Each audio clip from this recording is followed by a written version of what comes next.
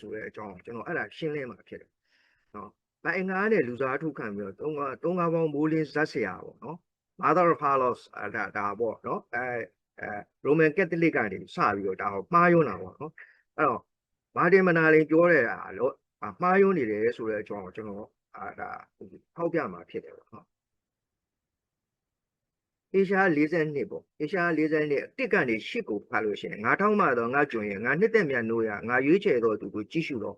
ငါထောက်မှတော့ငါကြွရင်ဆိုတော့ဒါဒီနေရာလေးကိုဖတ်လိုက်တဲ့အခါမှာဒါဘယ်နည်းဖြစ်သွားဘလို့ကောင်းလဲရိုင်မောဘာလို့ဆိုတော့ဒါကြောင့်မလို့ပြောတမန်ကျမ်းစာဟာတအုပ်လုံး66ကျမ်းနဲ့ညီအောင်ပြရတယ်ငါကြွရင်ဆိုတာဘာကိုပြောတာလဲဆိုတော့ဒီဟာကိုဟိုတယ်ပေါ့နော်ဆန်းရှစ်ကိုပြောတာဖြစ်ယေရှုခရစ်တော်ဟာသူကဖယားအဖြစ်လာတာမဟုတ်ဒါပဲဖယားပဲပုဂ္ဂိုလ်အတိအကျအပွားမဟုတ်ဘာလူကိုဖယားဖြစ်ခွင့်မပေးဘူးမပေးတဲ့အတွက် limited edition လို့ခေါ်မှာပေါ့နော်ကျွန်တော်ဘာစကားနဲ့ပြောရင်နော်လူစကားနဲ့ပြော limited edition ဆိုတာကတ်သက်ပြီးတော့လွတ်လိုက်တာဖြစ်တယ်ဒါပဲဖယားပဲ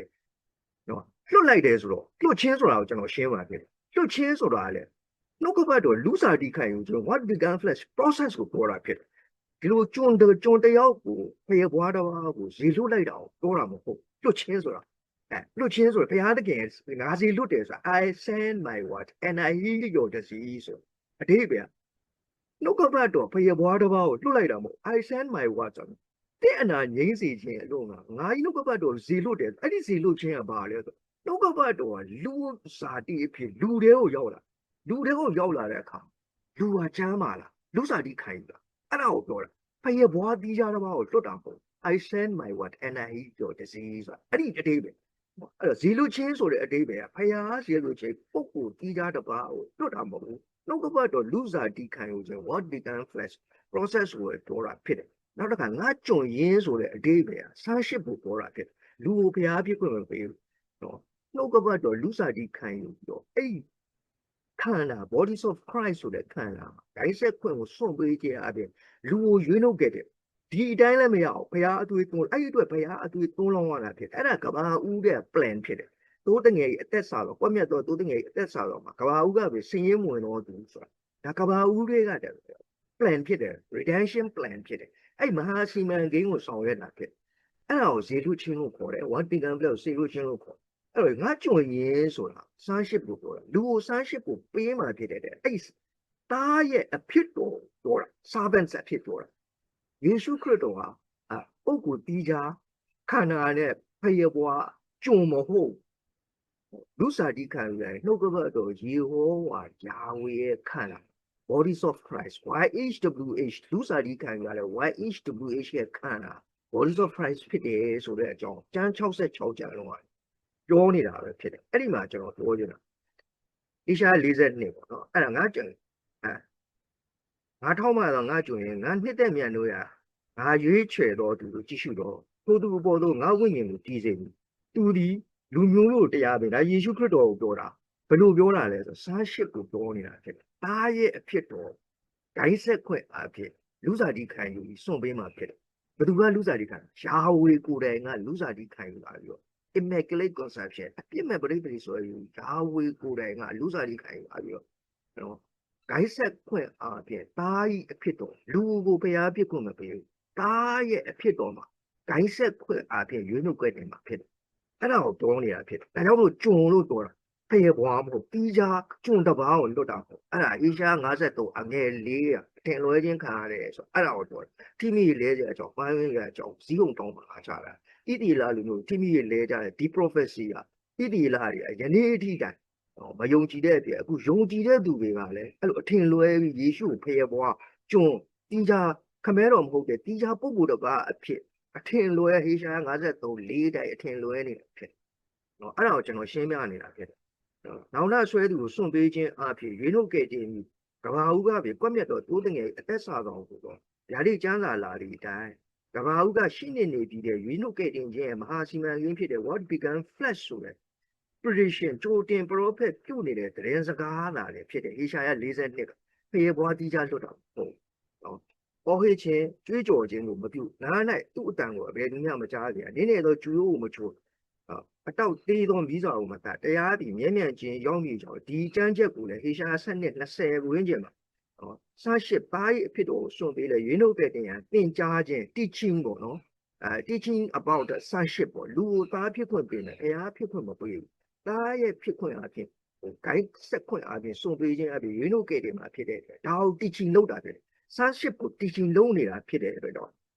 အဲ့ဒါအထင်လွဲခံရတာဖြစ်တယ်ဒီပေါ်မှာတရားတော်ကိုမတည်စေမီအားမလျော့စိတ်မပြည့်ရသူကြီးတရားကိုတကြိုးတနိုင်ငံလို့ညှော်လင်းရကြပြီမိုးကောင်းပြင်ကိုဖန်ဆင်းရဲ့ကြက်တော်မူထတော့မြေကြီးနဲ့မြေကြီးသားတို့ကိုခင်းကျင်းတော်မူထတော့မြေကြီးပေါ်၌ရှိတော်သူတို့အားအသက်ကို၎င်းမြေကိုကျော်နင်းသောသူတို့အားဝိညာဉ်ကို၎င်းပြီးတော်မူသောထာဝရဘုရားမိန်တော်မူသောငါဒီထာဝရဘုရား၏တင့်ကိုတရားသဖြင့်ခေါ်ထားသည်ဖြစ်လက်ဆွဲ၏ထောင်းမှမြည်ဒါပါဆန်းရှစ်ကိုပြောနေဖေဘွားတီးကြပုဂ္ဂိုလ်ကျွန်တယောက်ကိုတီးကြခန္ဓာနဲ့ပုဂ္ဂိုလ်တစ်ပါးကိုပြောနေတာပေါ့အဲ့ဒီလူစားတီခံယူရဲ့နှုတ်ကပတ်တော်အားဖြင့်နော်ယေဟောဝါယာဝေရဲ့ခန္ဓာ body of Christ မှာဂိုင်းဆက်ခွင့်ကိုစွန့်ပေးခြင်းအပြင် sonship သားရဲ့အဖြစ်တော်ကိုစွန့်ပေးလူကိုစွန့်ပေးခြင်းအပြင်ဘုရားဖြစ်ခွင့်မပေးသားရဲ့အဖြစ်တော်ကိုစွန့်ပေးခြင်းရွေးနှုတ်ကဲတင်မှာပေါ်တာဖြစ်တယ်ဆိုတော့ငါဒီထောက်ရတဲ့ထုံနာမဒီငါနာမှာပေးငါဘုံကိုအခြားသူကငါမပေးငါအသေးကိုရုပ်တုစင်တုကငါမပေးဆိုရုပ်တုစင်တုတစ်ခုတည်းကိုပြောတာဖယေဘွားမရှိဘူးလို့ပြောတာဖြစ်နော်အခြားတိဝါကို sharing မလုပ်နော်ဖယားဆိုတဲ့ပုံပုတ်ပုံတည်ဘုံချက်တည်ပုဂ္ဂိုလ်၃ပါးအဖြစ် sharing မလုပ်ဘူးလို့ပြောတာအဲ့ဒါရုပ်တုစင်တုအခြားသူကငါဘုံကိုမပေးလို့ပြောတာဒါကြောင့်မို့ပုဂ္ဂိုလ်တိကျ၃ပါးမဟုတ်တဲ့ Trinity ရဲ့မူရင်းအနက်ကိုဆက်လက်ဆွေးနွေးမှာဖြစ်နော်တာတူလီယန်ဒီဘီရှော့ကျွန်တော်စောစောကပြောပြီးတာတူလီယန် Trinity ကိုစတင်ခဲ့တဲ့ပုဂ္ဂိုလ်ဖြစ်တယ်တကယ်တော့တာတူလီယန် AD 160နဲ့220ဂျားမှာ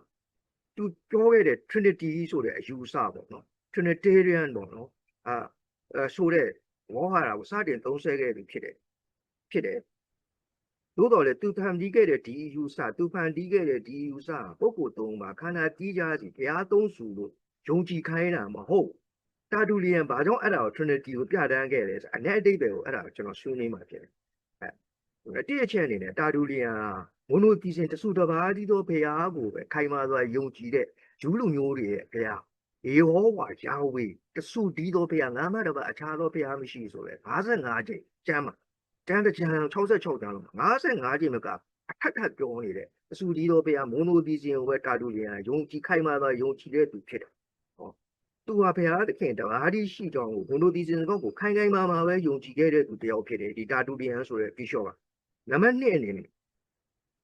ပုဂ္ဂိုလ်ပါဇန်ဆိုတဲ့စကားလုံးအဲ့ဒါကိုသူတို့ကဂျူရောပါဇန်ရှိတယ်ဆိုတီးခြားပုဂ္ဂိုလ်ရှိတယ်တီးခြားပုဂ္ဂိုလ်ရှိတယ်ဆိုပြီးသူတို့ပြောနေတာပေါ့နော်အဲ့ဒါကိုကျွန်တော်ရှင်းပါခဲ့တာတူလီယန်သုံးခဲ့တဲ့ပုဂ္ဂိုလ်တီးခြားပါဇန်ဆိုတာအင်္ဂလိပ်စကားလုံးကာပြားစကားလုံးဖြစ်တယ်တာတူလီယန်သုံးခဲ့တဲ့လက်တင်စကားလုံးကပါဆိုနာလို့ခေါ်နော်လက်တင်စကားလုံးဖြစ်တယ်သူ့မူရင်းကပါဆိုနာလို့ခေါ်အဲ့ဒီပါဆိုနာဆိုတာခေတ်သစ်အင်္ဂလိပ်စကားလုံးကပါဆန်လို့ပြောင်းလိုက်တာပဲဖြစ်တယ်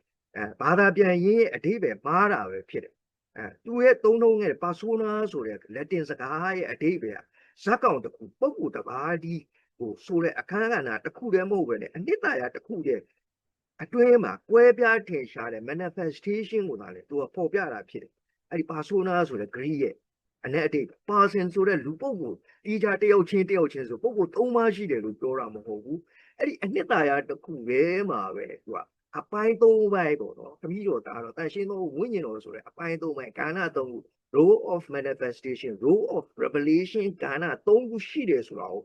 သူကဖော်ပြဖို့အတွက်ပါဆိုနာဆိုတော့ပြောတာဖြစ်တယ်ဒါပေမဲ့ခေတ်သစ်အင်္ဂလိပ်ကပါဆန်လို့ပြောလိုက်တဲ့အခါမှာပုဂ္ဂိုလ်၃ပါးဆိုပြီးမှားယွင်းတာဖြစ်တယ်အဲ့ဒါဟေရှာယ53အငယ်4မှာဖြစ်တယ်ယေရှုကအထင်လွဲခံရပြီးတော့ဇေလွတ်ချင်းခံရတဲ့တီးခြားပုဂ္ဂိုလ်တစ်ပါးအဖြစ်အခုအတင်းတော့အမြောင်များဆိုတာ98ရာခိုင်နှုန်းတော့တရားဟောဆရာတွေမှားယွင်းနေတယ်ဆိုတဲ့အကြောင်းအမှန်ကျမ်းစာအဖြစ်လွဲမှားနေတဲ့အကြောင်းကျွန်တော်ထောက်ပြနေတာဖြစ်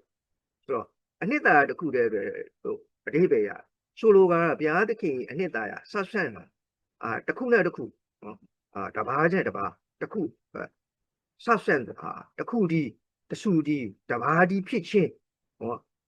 ထိုအနှစ်သာရတုန်းက Father Son Holy Spirit ဆိုတဲ့နော်ကဏ္ဍ၃ရပ်အနေနဲ့ role of manifestation role of revelation ကိုလာတယ်သူကထင်ရှားပေါ်ပြလာတယ်တနည်းအားဖြင့်ဆိုတော့ Christological interpretation အားဖြင့် sonship သားရဲ့အဖြစ်တော်ကို teaching လူတွေကိုသင်ကြားပေးလမ်းညွှန်ပေးနေတာပဲဖြစ်တယ်နံပါတ်3ဥပမာအပြင်တာတူလီယန်အတိုင်း Trinity ကိုရှင်းပြဖို့သဘာဝဥပမာတွေဥပမာနေဟာနေအောင်ကြီးနဲ့အပူဓာတ်တစ်ခုတည်းတော့နေဤပုံသဏ္ဍာန်မျိုးပဲဖြစ်တယ်ဒါကိုသုံးခဲ့တာဖြစ်တယ်နေဆိုပဲနဲ့နေမှာပုဂ္ဂိုလ်3ပါးမရှိပါဘူး subset နာ3ခုမရှိဘူးနေအောင်ကြီးရလဲရောင်ကြီးရလဲအပူဓာတ်ကလည်းနေပဲရောင်ကြီးရလည်းနေပဲဒီလိုအပိုင်း3ပိုင်းမှာဥပမာဥဖြူကသူ့ကိုတားအဖြစ်ဆက်ဆံတယ်လို့မယားကိုဇနီးမယားအဖြစ်ဆက်ဆံမြီးကို grandchildren အဖြစ်ဆက်ဆံဒါပေမဲ့ဆက်ဆံမှု communication part တွေ3ပိုင်းရှိပြီလေနော်3ပိုင်းရှိပြီလေဥဖြူကတယောက်တည်းပဲဖြစ်တယ် one subset ပဲဖြစ်တယ် one essence ပဲဖြစ်တယ်ဆိုတော့အဲ့ဒီနေရာမှာ persona ဆိုတဲ့အဓိပ္ပာယ်ကိုသုံးတာဖြစ်နံပါတ်4အနေနဲ့ Tertullian ဤအဓိကရည်ရွယ်ချက်ကသူ့ရဲ့အဓိကရည်ရွယ်ချက်ကယေရှုခရစ်တော်ဟာဘုရားသခင်ဖြစ်ကြောင်းဘုရားသခင်သို့မဟုတ်ဘုရားသခင်မဟုတ်ကြောင်းညှင်းခုန်နေတဲ့မာရှန်အစရှိတဲ့လူတွေနော်အဲ့ဒီလူတွေအဲ့ဒီထဲပေါ်နေပြီဖြစ်တယ်ယေရှုကဖန်ဆင်းခံဆိုပေါ်နေတယ်အဲ့ဒီလူကိုကာကွယ်ဖို့အတွက်ကိုဒီ Trinity ဆိုတဲ့ဟာကိုသူကသုံးတာဖြစ်တယ်ဒီပုဂ္ဂိုလ်3ပါးခွဲဖို့သူသုံးခဲ့တာမဟုတ်ဘူးနော်အချင်းချင်းအပြင်ပြောရမယ်ဆိုတော့တာတူလီယာ Trinity အယူဆဘုရား3ပါးပုဂ္ဂိုလ်3ပါးအဖြစ်ကိုးကွယ်ရတင်ပြခဲ့ခြင်းမဟုတ်ပဲနဲ့ကျမ်းစာတမန်ကျမ်းစာဖော်ပြထားတဲ့ဘုရားသခင်ပုံသဏ္ဍာန်ကိုသိမြင်ဖို့လူတွေနားလည်ဖို့ရှင်းလင်းပေါ်ပြရတဲ့အတွက်စတဲ့အသုံးပြုခဲ့တာပဲဖြစ်တယ်သူ၏မူရင်း Trinity အယူဆ monotheism တဆူတပါးဒီတော့ဘုရားနော် YHWH ငါမှတပါအခြားသောမရှိဘူးညင်းပယ်ဖို့သူဟာဒီ Trinity ကိုသူဖော်ပြခဲ့တာမဟုတ်ဘူးဒါဘုရားသခင်တပါးဒီ one God ရဲ့အနှစ်သာရအတွင်းမှာခမည်းတော်သားတော်တန်ရှင်းသောဝိညာဉ်တော်သက်သေခံသုံးပါ role of his revelation himself protocol of his manifestation himself ခွဲထုတ်လို့မရတဲ့ homogeneous တဆူကြီးရှိကြောင်းရှင်းလင်းတင်ပြတာဖြစ်ပါတယ်ဆိုတော့ကျွန်တော်ဖော်ပြတာဖြစ်တယ်ပိုင်းနှစ်အနေနဲ့ကျွန်တော်ဆက်လက်တင်ပြမှာပေါ့နော်နောက်သူပါဆက်ပြောလေကြည့်လို့စသဖြင့်နော်ဒီသူ့ရဲ့အစေခံတရားကိုဘုရားသခင်ကရွေးချယ်တဲ့အကြောင်းကိုကျွန်တော်တွေ့ရပြီးတော့နောက်အောက်ပိုင်းမှာရှိနေတဲ့သူတွေအတွက်လည်းအလင်းရောင်ခြည်တွေကိုပြသမယ်ဆိုတဲ့ကတိကိုဟောလာပြတော့ဒီပေဒီယုကိုတော့ပို့ကျောင်းမှာဆိုဟန်ကန်ဆိုအသက်ရှင်တဲ့လူတိုင်းကိုဆိုဘုရားသခင်ကလက်ခံနေပါလားဆိုတာကိုတွေ့ရှိတော့တာဖြစ်ပါတယ်။ဘာကြောင့်လဲဆိုရင်ဒီပေတရုဟာကျူးလူမျိုးတရားဖြစ်တဲ့အတွက်ကြောင့်သူတို့ခေတ်ခါတုန်းကကျူးလူမျိုးတွေတိုင်းတားတယ်။ဘုံဣသရေလမျိုးတွေတားတယ်။ဘုရားရဲ့လူမျိုးကိုချစ်ပြီးတော့ဂျန်တဲ့လူတွေကဘုရားရဲ့မဆိုင်တဲ့ပုံစံမျိုးကိုအတွေ့အကြုံရှိခဲ့ကြပါတယ်။ဒါပေမဲ့လည်းဒီနေ့ပေတရုကတော့အဲ့လိုမဟုတ်ဘူးနော်။တို့ချင်တာဟုတ်တဲ့ဣသရေလမျိုးတွေကိုဘုရားသခင်ကရွေးချယ်တယ်ဆိုပေမဲ့တခြားတိုင်းတစ်ပါးတွေကလည်းဘုရားသခင်ကိုလက်ခံယုံကြည်လာတယ်သူအထူးသဖြင့်ဒီယေရှုကိုလက်ခံယုံကြည်လာလို့ရှိရင်သူတို့ကိုလည်းဘုရားသခင်ကလက်ခံပါလားငါတို့လိုပဲငါတို့ကျူးလို့ဘာလို့လဲဘုရားသခင်ကတော့ချစ်ပါလားလက်ခံပါလားဆိုတာကိုပြောပြတာကိုတွေးရှိလာတာကိုတွေ့ရပါတယ်အဲ့ဒီထဲမှာယေရှုကဘယ်လောက်ထိတော့ဘုရားသခင်ကသူ့ကိုရွေးချယ်တဲ့အကြောင်းသူ့ကိုစေဖို့တဲ့အကြောင်းအချမ်းချင်းတရင်ကောင်းကိုတခင်ယေရှုကဟောပြောတဲ့အကြောင်းနော်ပြီးတော့ဘာကိစ္စတို့ခံပြီးတဲ့ချိန်မှာဒီတရင်ကောင်းတွေကိုဟောကြားတဲ့အကြောင်းပြီးတော့သူနာဆွဲပြုတာယေရှုကိုဘုရားသခင်ကစီလို့ပြီးပေးတဲ့အကြောင်းဒီယေရှုကကောင်းတဲ့အရာတွေကိုဒီလောက်ပါပဲเนาะကျွန်တော်ဆက်မှဖြစ်တယ်ဒီဟာသူကဒီအပိုင်းလေးပါပေါ့เนาะ baptism of the Lord ဆိုတဲ့ယေရှုခရစ်တော်ဟာနောင်တနဲ့ဆိုင်တဲ့ဗတ္တိဇံဆရာရှင်ယောဟန်ပေါ့เนาะရှင်ယောဟန်မဟုတ်ဗတ္တိဇံဆရာယောဟန်နောင်တနဲ့ဆိုင်တဲ့ဗတ္တိဇံဆရာရှင်ယောဟန်ခရစ်ရဲ့အခန်းကြီး1အငယ်6:8-9မှာဖော်ပြတယ်ဘုရားသခင်ကယောဟန်အဖြစ်ရှိသောသူတယောက်ကိုစေလွှတ်တယ်ဆိုတာဒါမှန်ကန်တယ်ဆိုတဲ့အကြောင်းနောင်တနဲ့ဆိုင်တဲ့ဗတ္တိဇံမခံလို့မရကြော်ခွလို့မရဘူးဆိုတဲ့အကြောင်းယေရှုခရစ်တော်အဲ့ဒီမှာဂျော်ဒန်မြစ်ထဲမှာဗတ္တိဇံခံခဲ့တာဖြစ်တယ်အဲ့ဒီအခန်းကဏ္ဍတော်တော်အရေးကြီးတယ်ပေါ့နော်အဲ့ဒီမှာဘုရားသုံးစုပုဂ္ဂိုလ်3ပါးလို့သူတို့ဖော်ပြဆိုကောင်းကင်မှာအတန်တော်ဖြစ်တယ်လို့ပါတော့အဲ့ဒါကဤသူကငါချစ်တဲ့မြန်လို့ကငါကြီးချစ်သားပြီကြီးဆိုတာအဲ့ဒါပုဂ္ဂိုလ်ပါစေသုံးဖို့မဟုတ်ပါအတန်ပဲအဲ့ဒီမှာအဲ့ဒီ scene ဆိုတာပေါ့နော်အဲ့ဒီအခန်းမှာရေးရတယ်ကြမ်းရေးတဲ့မူရင်းကြမ်းရေးတဲ့ပုဂ္ဂိုလ်ကလည်းသူဝင်မပြောဘူးဒါခမည်းတော်အတန်ပါနော်ယေရှုခရစ်တော်ကလည်းအဲ့ဒါခမည်းတော်အတန်ပါလို့မပြောဗတ္တိဇံပေးတဲ့ယောဟန်ကလည်းအဲ့ဒါခမည်းတော်အတန်ပါလို့မပြောနေတာအဲ့ဒီပုဂ္ဂိုလ်3ပါးလေအဲ့ဒါကိုထောက်ပြတာပေါ့အဲ့အကြောင်းကိုယူပြီးတော့သူကကျမ်းထဲမှာဘာမှမပြောဘူးဤသူကငါနှစ်သက်မြန်လို့ကငါချစ်သားပြီဒီကောင်းကင်အတန်ဖြစ်တယ်လို့ပဲကျမ်းထဲမှာရေးထားတယ် အဲ့ဒါကိုယူပြီးတော့သူကပုံကို3ပါးရှိတယ်တွေ့လားအတန်ခမဲတော့အတန်ဆိုပြီးတော့အမှန်မှန်ခမဲတော့အတန်ပေါ့ဒါတွေကပါလဲဆိုတော့တဆူတပါးလည်းပဲဖြစ်တယ်အဲ့ဒီမှာသူကတုပ်ပုတ်ကို3ပါးပွားပလိုက်တာဖြစ်တယ်အမှန်မှန်မပွားဘူးမပွားပါဘူးဒါဟာပါလဲဆိုတော့တီယိုဖနီလို့ခေါ်တယ်တီယိုဖနီဆိုတာဖန်ဆင်းခံတဲ့ထင်ရှားတာဖန်ဆင်းခံတဲ့အရာတွေကနေတက်တည်ပြီး